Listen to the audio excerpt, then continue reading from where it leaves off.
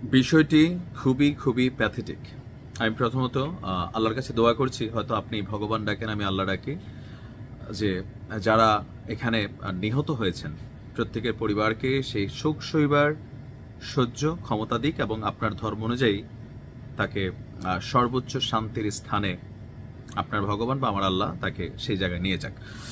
আপনারা জানেন যে ভারতের এই মুহূর্তে রাজনীতিতে একটা পরিবর্তন আসছিল, বা তামিলনাড়ুতে আমি নিজেও একটা ভিডিও করছি, আপনারা অনেকে দেখছেন।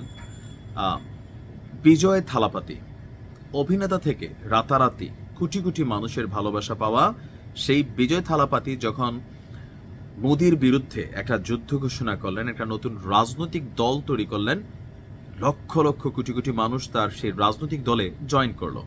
তো এখন তিনি যেখানেই যান সেখানে মানুষের স্রোত তৈরি হয়। সর্বশেষ প্রোগ্রামটাতে দেখছিলেন যে কি পরিমাণ মানুষ হয়েছিল।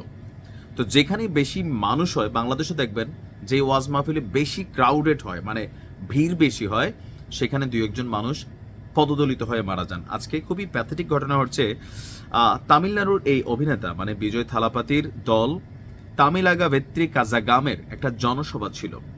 সেই জনসভায় পদদলিত হয়ে নারী এবং শিশুসহ অন্তত ৩১ জন নিহত হয়েছে। মানে একটা হিউজ ম্যাসিভ সংখ্যা আমি মনে করি। আর আহত হয়েছেন প্রায় ৪০ জনের বেশি। তামিলনাড়ুর কারুর জেলায় আপনার এই প্যাথেটিক ঘটনাটি ঘটেছে। তামিলনাড়ুর স্বাস্থ্যমন্ত্রী বলছেন নিহত ব্যক্তিদের মধ্যে ১৬ জন নারী, ৯ জন পুরুষ এবং ৬টি শিশু রয়েছেন।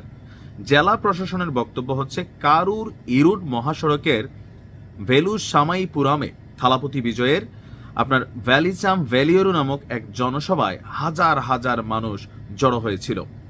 তিনি বক্তব্য দেওয়ার সময় এই বিশৃঙ্খল পরিস্থিতি তৈরি হয়। এক পর্যায়ে তিনি বক্তব্য বন্ধ করতে বাধ্য হন।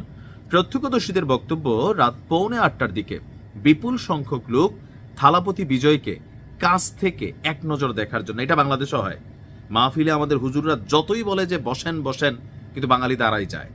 তো ভারতের মানুষেরও সেম।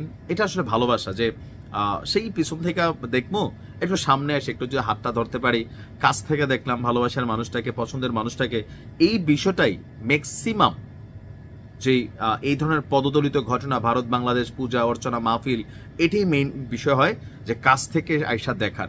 তো এখানেও সেম ঘটনা ঘটছে। পুলিশের বক্তব্য যে বিজয়কে এক নজর দেখার জন্য তারা মঞ্চের ব্যারিকেডের দিকে এগিয়ে যান। এই সময়েই এই ঘটনার সূত্রপাত হয়।